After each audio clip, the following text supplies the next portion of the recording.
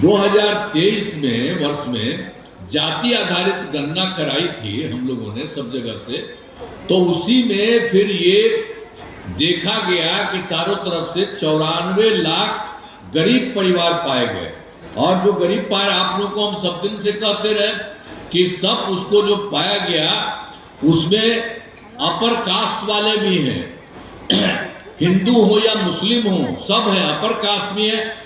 हम लोगों के हिंदुओं के पिछड़ा है, अति पिछड़ा है, दलित है, महादलित है और मुस्लिम समुदाय भी, ये सभी लोग उसमें प्रभावित हुए हैं। तो इसीलिए हम लोगों ने तो शुरू में किया था कि 2 लाख रुपए से उनको सहायता दिया जाएगा और उनको 5 साल में पूरा किया जाएगा।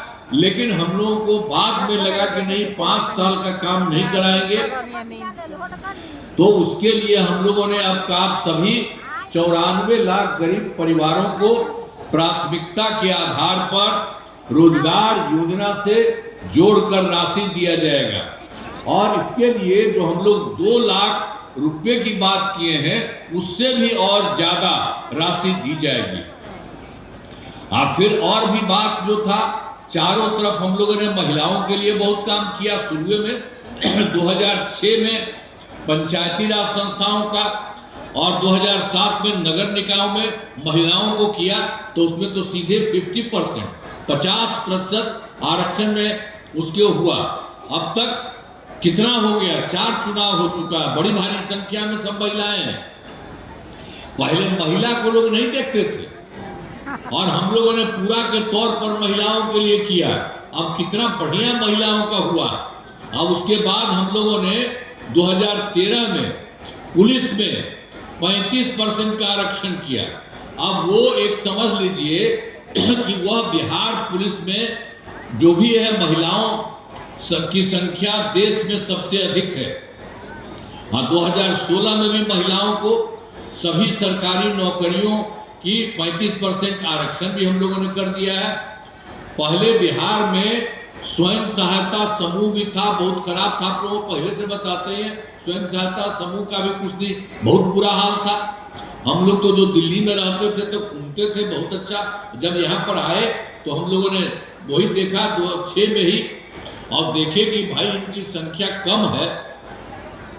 तो इसीलिए हम लोगों ने पूरे तौर पर सब तरह से इन लोगों के लिए किया है। 2016 से ही हर प्रकार से सब लोगों के लिए हम लोगों ने पूरे तौर पर सब लोगों के लिए काम किया है।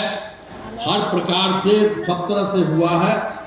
अब जो आपको बता रहे हैं ना कि पंचायती राज संस्थाओं का, उसका तो हम लोग सब करा दिए 50, और उसके आगे सबको हुआ।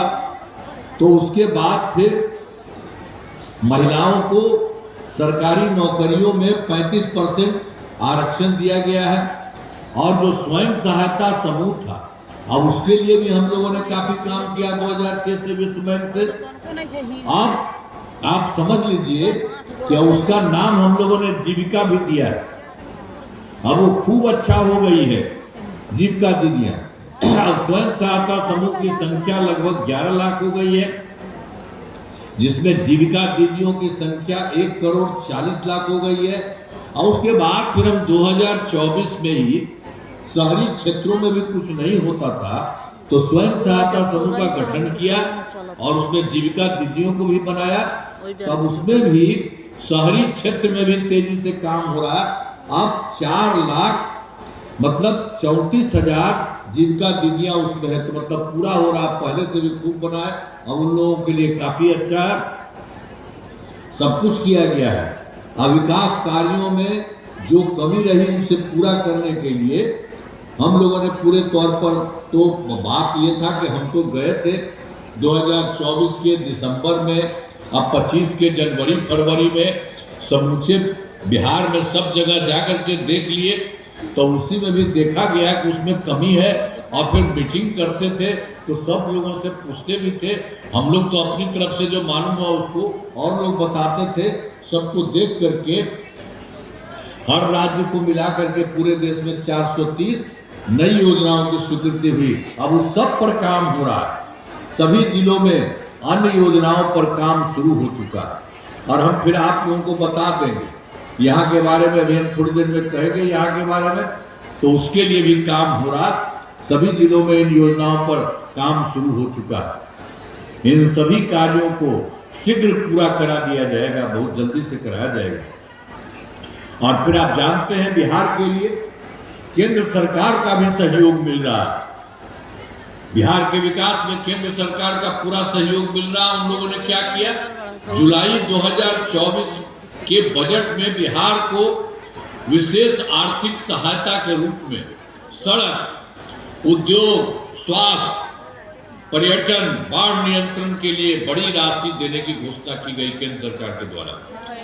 और फिर फरवरी 2025 के बजट में बिहार में मखाना बोर्ड, एयरपोर्ट की स्थापना, पश्चिमी कोसी नहर के लिए ये वित्तीय सहायता आदि की घोषणा की गई। और फिर पहले जो देश भर में उनका 2008 में देश के कुछ राज्यों में खेलो इंडिया यूथ गेम्स का आयोजन था, तो उन्होंने बिहार के लिए भी इस वर्ष खेलो इंडिया यूथ गेम्स का आयोजन बिहार में हुआ, जो गौरव की बात है। अब बहुत सारा काम केंद्र के द्वारा हो रहा है। तो इन सब के लिए हम आदरणीय प्रधानमंत्री श्री नरेंद्र मोदी जी का नमन करते हैं। और आदरणीय प्रधानमंत्री जी कई बार बिहार आते हैं, देखते हैं और एक एक चीज को देखा है उन्होंने। उनके द्वारा विकास कार्यों को शिलान्यास और शुभारंभ किया गया। इन सभी योजनाओं पर तेजी से काम हो रहा है उन्होंने। तो केंद्र की तरफ से भी बिहार के लिए बहुत सारा काम हो रहा है। तो एक एक तरह से सब तरह से काम किया गया है। तो इस तरह से सब कुछ हो रहा है। तो उसी तरह से आप समझ लीजिए कि बिहार में अगले 5 वर्षों 2025 और 30 में किए जाने वाले कार्य पहले से तो कर रहा था, इस बार भी उसके लिए काम किया जा रहा है चारों तरफ। आप तो जानते हैं सरकार द्वारा पहले क्या था, 5 से 10 था, 10 से 15 था, 15 से ये था, 10 से 15 था, 15 से 20 था, 20 से 25, ये सब काम हुआ है। अब उसके बाद फिर हम लोगों ने 5 वर्षों के लिए, इसका भी 7 निश्चय 3 ही हम कहें इस बार के लिए, तो 5 वर्षों के लिए 7 निश्चय 3 का गठन किया गया। अब वो सब काम होने वाला। अब उसके लिए समझ लीजिए कि 7 पॉइंट है।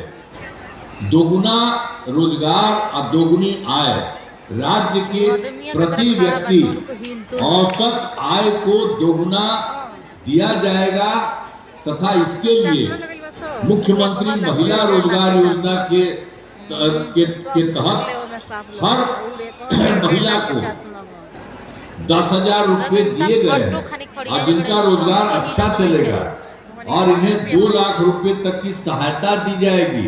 आप समझ लीजिए उससे भी उसको बढ़ाएंगे हम लोग महिलाओं को। तो अगले 5 वर्षों में, जो इस बार का नया साल है, 5 वर्षों में युवाओं को 1 करोड़ नौकरियों और रोजगार उपलब्ध कराया जाएगा।